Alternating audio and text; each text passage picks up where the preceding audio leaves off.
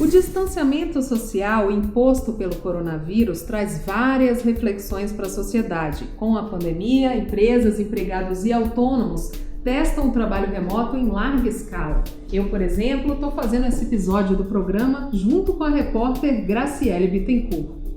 Exatamente. Nós, do Caminho da Reportagem, entramos nessa experiência do home office.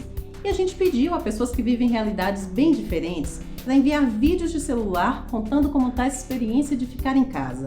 Nós também recebemos vídeos de quem tem que enfrentar o medo e sair para trabalhar. Histórias de solidariedade, criatividade e aproximação virtual. É o que você vai ver no programa de hoje.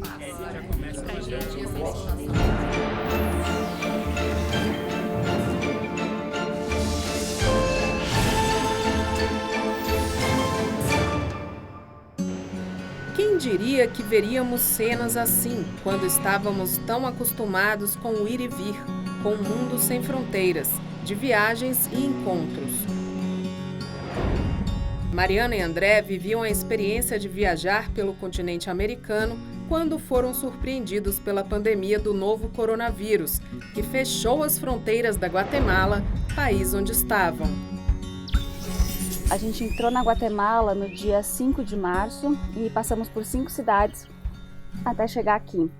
Quando estávamos em Antígua, foi confirmado o primeiro caso de coronavírus na Guatemala e aí, a partir de então, o governo passou a adotar medidas para conter o avanço da doença. Das 4 da tarde até as 4 da manhã do dia seguinte, nenhuma movimentação na rua. Aqui é um lugar muito turístico, então logo no primeiro dia após a quarentena, as ruas já se esvaziaram, né?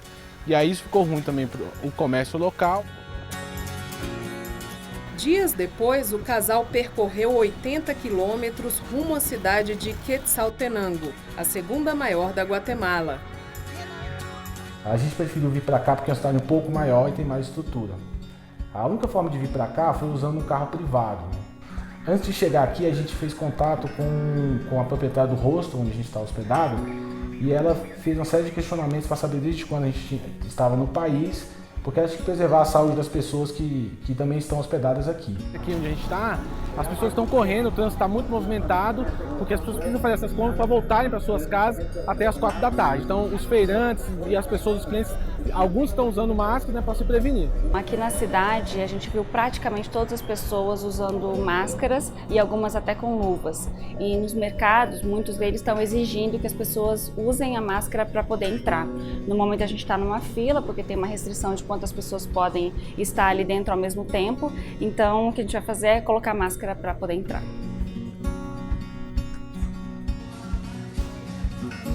Está começando o toque de recolher. Então as ruas já estão vazias, né, porque o governo realmente está retendo as pessoas, prendendo e só soltam as pessoas, só libertam as pessoas com pagamento de fiança. Mariana está viajando há mais de um ano e queria chegar ao Alasca. André acompanharia a namorada até o final de maio, mas em meados de abril o roteiro precisou ser alterado. A gente agora está aqui no aeroporto da cidade da Guatemala, são 5 da manhã no horário local.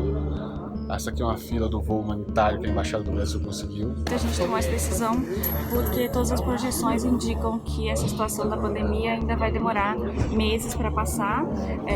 Então a gente sentiu que nesse momento é hora de voltar e ficar em isolamento. É um voo humanitário, né? Então um voo que vai passar em Nicarágua, em El Salvador, na Costa Rica, vai à Colômbia e depois vai para o Brasil, né?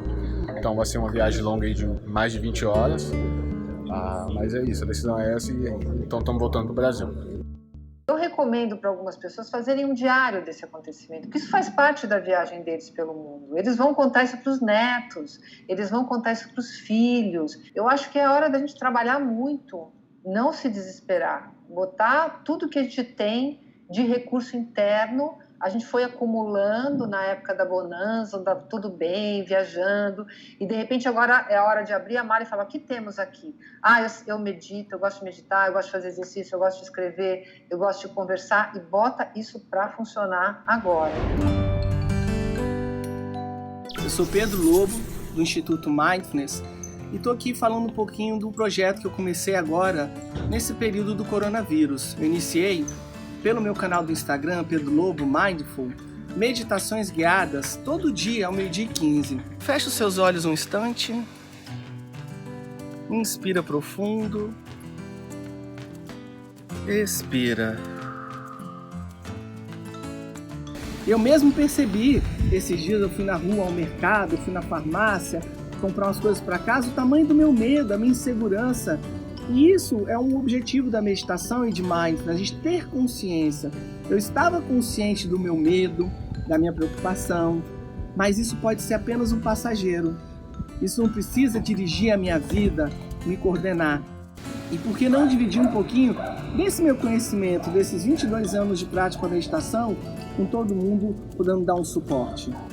Até o governador do estado de Nova York, nos Estados Unidos, fez um apelo para que os profissionais de saúde mental realmente se dedicassem como voluntários no atendimento das pessoas. E o Brasil foi muito rápido também a reação da classe psiquiatras, psicólogos, psicanalistas, para atender as pessoas. Por quê? É claro que esse acontecimento tem um potencial de prejudicar muito as pessoas, as que estavam sãs e as que já tinham problemas.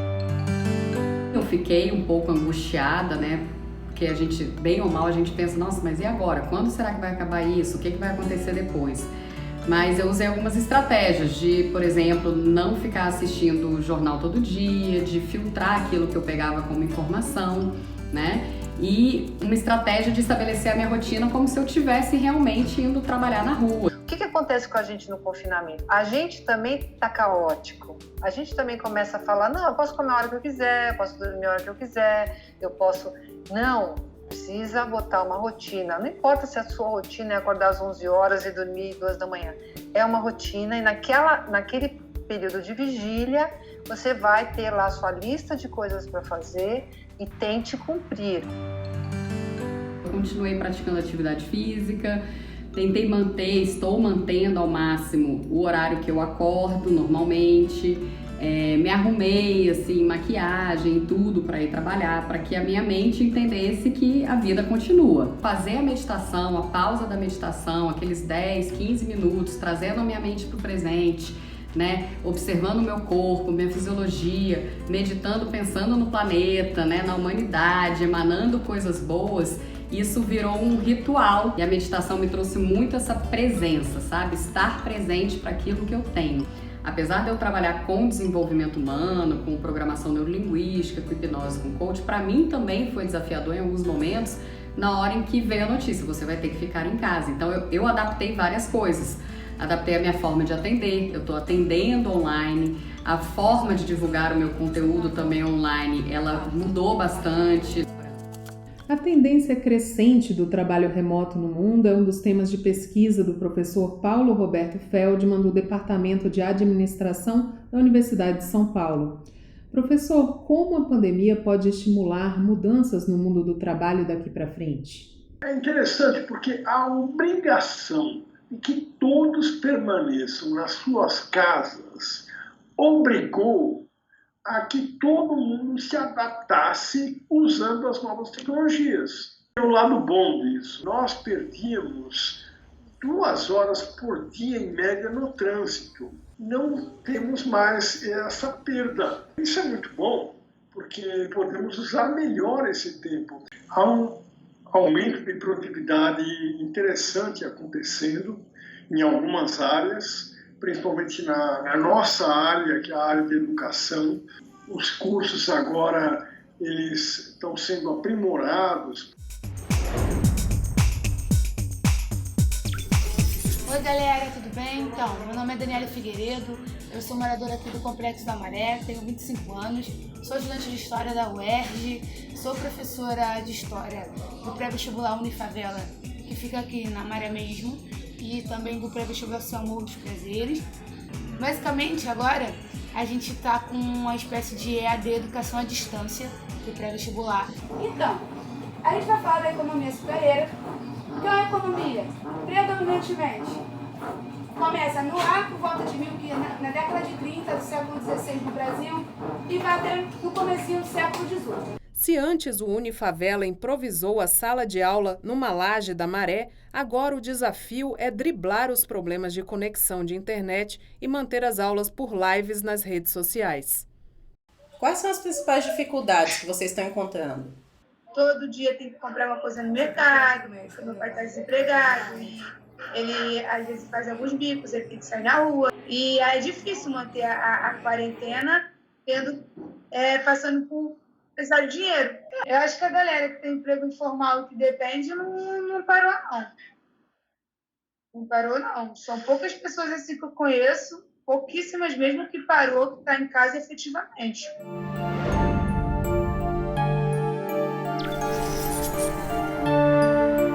Meu nome é Marcela, sou trans, sou taxista de São Paulo e, como estou dizendo, não posso parar meu trabalho, como muitos aqui. Estou com um doutor aqui, que estou levando para o hospital, que também não pode entrar em quarentena, né? E nos arriscando, porque o trabalho tem que ser feito. Olha aí, pessoal, a Marginal agora é 5h20, livre. São Paulo tá um fantasma aí. No dia seguinte, Marcela tem seu maior desafio em tempos de coronavírus. Eu tô indo para Guarulhos agora, tá? É 4h24 da manhã agora. Tô indo para buscar os passageiros que estão vindo da Europa. Eu tô aqui já no Aeroporto Internacional de Guarulhos, estou esperando os passageiros, tá? Já vou pôr minha máscara também. Dá uma olhada nisso, como é que tá aqui, ó. A fila de carro dos profissionais que estão aí parados, não tem serviço. Pessoal, estou com os meus passageiros aqui, que vêm vindo de Frankfurt e iriam fazer um passeio pela Áustria, mas escutem o que eles têm para falar. A gente ia para a Áustria, as fronteiras foram fechadas, né?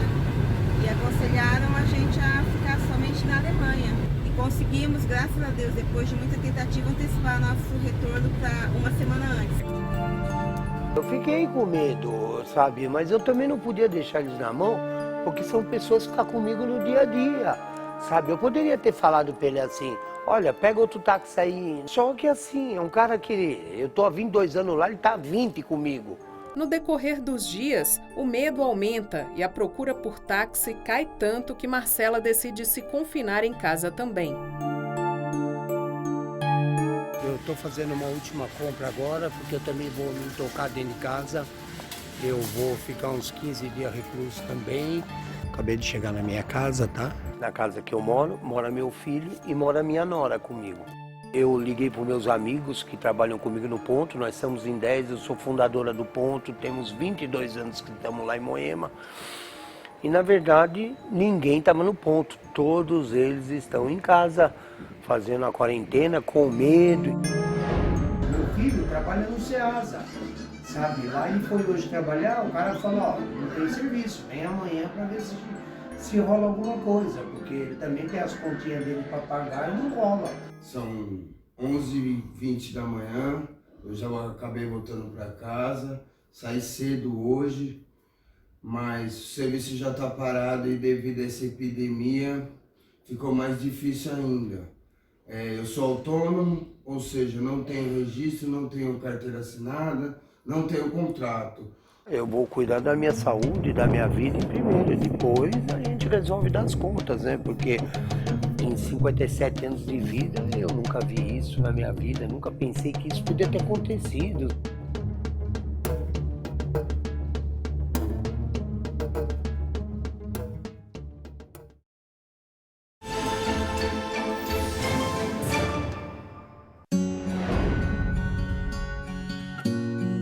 Olá, meu nome é Paula Alves Braga e eu moro em Guimarães, no Triângulo Mineiro. Mesmo sendo uma cidade pequena, houve sim casos de coronavírus e muitas outras suspeitas. Desde que os casos de Covid-19 se espalharam pelo país, Paula, de 23 anos, passou a se sentir ainda mais vulnerável. Ela faz parte de um dos grupos de risco e precisa sair 3 vezes por semana para fazer hemodiálise. Eu estou na fila de transplante renal já desde agosto de 2019. Meu pai se ofereceu para ser um doador renal para mim.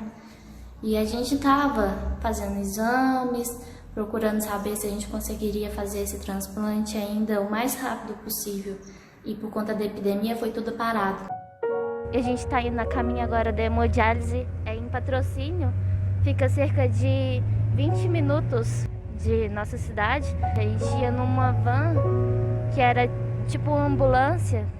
E a gente começou a ir nesse ônibus por causa da pandemia, que o ônibus tem janela para poder haver circulação de ar e cada um de nós ficar em um banco.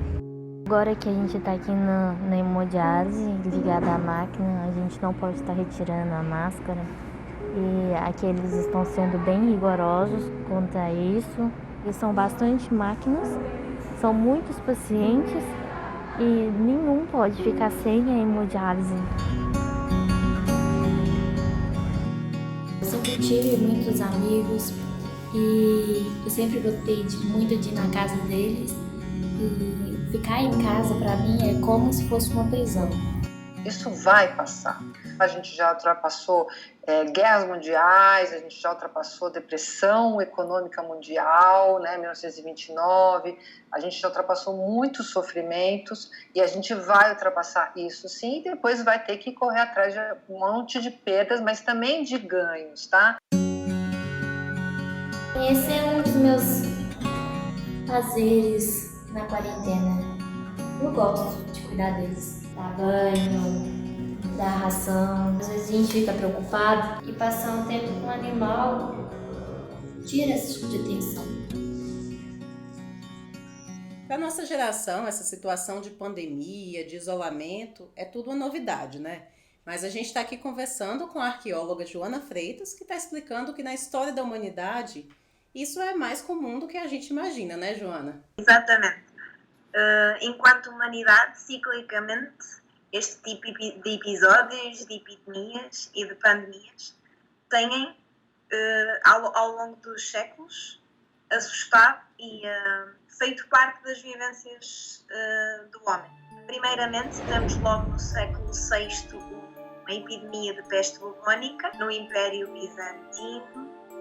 Logo no século XIV temos a epidemia da peste negra, que também era de peste bubónica. No século XV temos uma epidemia que vai assolar essencialmente os territórios americanos e que é levada pelos colonizadores, que levam uma série de vírus que os povos indígenas não tinham defesas para os combater. E neste caso falamos especialmente das epidemias de varíola. Mais tarde, no século XIX, temos uma pandemia de cólera que foi muito difícil de ser controlada e que ainda hoje continua ativa. E temos aquela que eu considero ser a maior de todas, já no século XX, no final da Primeira Guerra Mundial, que é a chamada gripe espanhola. Tem uma coisa comum a todas as epidemias ou mesmo pandemias, né? É que tem um início em que as pessoas não acreditam muito. Elas não acreditam que aquela doença pode ser tão virulenta quanto ela realmente é. E aí isso faz com que atrase as medidas de contenção da doença e de proteção da população. Isso aconteceu claramente na gripe espanhola no Rio de Janeiro. Quando eu me conecto com toda a humanidade, e eu não sei que sou eu, a única pessoa que está passando por isso, todas as pessoas no planeta, no mundo, estão vivendo isso agora, isso me traz uma tranquilidade, porque isso me conecta com uma rede muito maior, me conecta com todas as pessoas, todos estamos juntos agora, e isso é muito bonito, a gente pode ter uma grande oportunidade como humanidade nesse momento. O ganho vai depender da nossa lição de casa, a gente não sabe. Temos a oportunidade de começar a pensar que raio de nação é essa, se a gente tem olhar para as pessoas que estão numa condição pior, se a gente entende que a saúde pública é um bem necessário, se a gente entende que a ciência é necessária, se a gente entende que os laços fraternos de solidariedade são necessários ou são descartáveis. Meu nome é Sofia Paz, eu sou uma das administradoras do grupo Venezuelanos de Belém e Pará Solidário. E eu vim falar um pouquinho sobre a nossa atuação hoje com toda essa quarentena e pandemia acontecendo. Nós já atuávamos na linha de frente para ajuda às famílias carentes. Hoje a gente tem 200 famílias cadastradas e mais outras centenas que não estão cadastradas, que a gente dá apoio quando a gente consegue cesta básica, quando a gente consegue ajuda. Após a pandemia, muitos grupos que ajudavam as pessoas em situação de rua pararam de atuar. E nós entramos para dar um apoio 2 dias na semana. Hoje, esse apoio virou 4 dias na semana. Os nossos voluntários estão se revezando para fazer a cozinha e outros estão se revezando para levar alimento para as ruas. Elton também está organizando ações solidárias na região metropolitana de Belém para ajudar autônomos e quem acabou de perder o emprego por causa dos reflexos econômicos da pandemia. Eu sou um profissional autônomo, a minha esposa é advogada, é profissional liberal e está tudo parado, a gente não tem como para onde correr. E eu falei, assim como eu, tem muitos ainda passando por isso. E algumas não têm a estrutura emocional que nós temos. Então o que eu fiz? Eu falei, cara, vamos ajudar esse pessoal, vamos dar um jeito de ajudar essas pessoas. A gente vai fazer a arrecadação de algumas cestas básicas, daqui a pouco a gente vai sair nas ruas pedindo também de porta em porta, para que a gente possa receber 1 quilo de alimento não perecível e um material de higiene pessoal, para que a gente possa entregar para as pessoas, principalmente para os profissionais informais. E aí a gente pega, chama as famílias que a gente já conhece, a gente já ajuda e pergunta aqui se tem alguém, algum membro da família, parente está precisando. Vamos entregar agora para 2 famílias numa comunidade aqui próxima. Estamos quase chegando. Um deles é pedreiro e teve todo o seu trabalho, todo o seu contrato, os contratos que ele tinha feito com algumas outras pessoas que contrataram eles, foram todos cancelados. E o outro é mecânico.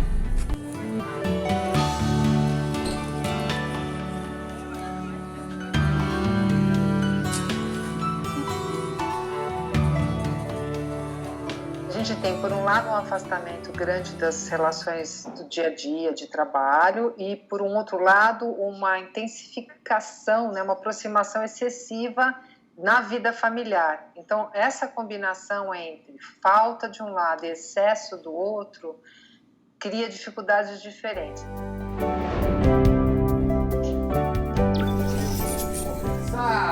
Dentro de casa, a quarentena tem sido um teste de convivência e de criatividade para as famílias.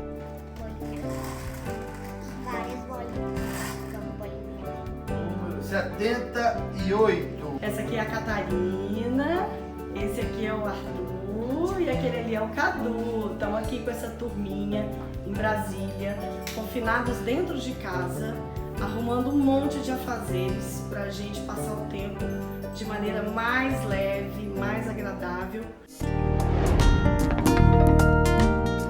Olá, nós somos a família Imov, eu sou o Vonei. Eu sou a Ana Maria. Essa é a Luísa. Nós moramos em São José, na Grande Florianópolis. A nossa família já foi constituída assim numa distância, porque meu marido viaja muito. E então só por si só, isso já mudou muito, Essa história de tomarmos café da manhã juntos, jantarmos juntos, isso não era um hábito. Então já estamos sentindo diferença. Daqui a alguns dias a Luísa completa 3 anos e a festinha dela estava organizada na escola, com os amiguinhos, então isso também já é uma coisa que não vai acontecer. Luísa convidou as bonecas para o aniversário. A Manuela fez festa virtual para a avó. A Isabela sugere que aprendamos a tocar piano nessa quarentena. Sem poder curtir o mundo lá fora, muitas famílias redescobriram a vida que há dentro de casa. A internet, em tempos de pandemia, tem sido palco de uma infinidade de shows com ingresso gratuito, que podem ser projetados na telona da TV. Artistas como Tuca Fernandes, cantor e compositor baiano, promovem uma enxurrada de lives nas redes sociais. Eu fiz uma live nostálgica só com canções das antigas, voz e violão. Fiz uma live meio axézão, assim, tocando bem pra cima, bem astral, com uma sexta-feira. Eu tô aproveitando para compor. Eu sinto uma falta enorme da minha galera. Nos últimos tempos, toda vez que a gente liga a televisão, lê um jornal, a gente recebe muitas notícias tristes sobre o Covid-19. E a gente quer encerrar essa reportagem trazendo um pouco de esperança. Essa é a Daniela Teixeira, que foi a primeira paciente aqui do Distrito Federal que se curou dessa doença. Daniela, como é que você está se sentindo depois dessa experiência? Graciele, eu estou bem de saúde, mas como todo mundo, todos no mundo, é muito apreensiva com essa situação do vírus e do alastramento pelo nosso país. Eu levei 5 dias entre eu pegar o vírus e eu ficar sabendo que tinha o vírus e fazer o exame. Então, durante esses 5 dias, eu me encontrei com várias pessoas. É muito tenso, é muito nervoso. Se todos estão com medo do coronavírus, mais ainda os que têm um atestado de positividade. Eu sei que eu estou com o vírus. Então, é muito difícil. Foi um isolamento completo. Ficamos só nós 4 em casa, eu, meu marido e meus 2 filhos, na mesma casa, porque foi a determinação da Secretaria de Saúde que eles não poderiam sair para não levar o vírus para outro lugar. E nessa tensão de medo de alguma coisa de pior acontecer, que graças a Deus não aconteceu. Quando completou 15 dias da minha infecção, eu fiz o exame novamente e aí deu negativo. Carga viral 0 para mim e deu negativo para todos eles também. O dia mais feliz da minha vida. Saber que não tinha passado para os meus filhos, para o meu marido, para minha mãe, que já tem 70 anos, e saber que eu tinha conseguido sobreviver bem, sem sequela, sem nada grave. Foi um dia muito feliz. Assim, eu realmente não desejo essa felicidade para ninguém, porque o melhor é estar quieto em casa, sem estar doente. Eu tô doida para abrir a porta e sair de casa, né? A gente ainda está em isolamento. O mundo mudou, o país mudou, tudo mudou. É importante que a gente mude também. Vamos nessa? Dá uma, né? Cantando, né? E saudade dos palcos que bate no meu coração. Sei que é tarde, mas não desligue não. E saudade que bate no meu coração. Preciso dizer que eu te amo, pra você lembrar. Valeu, TV Brasil!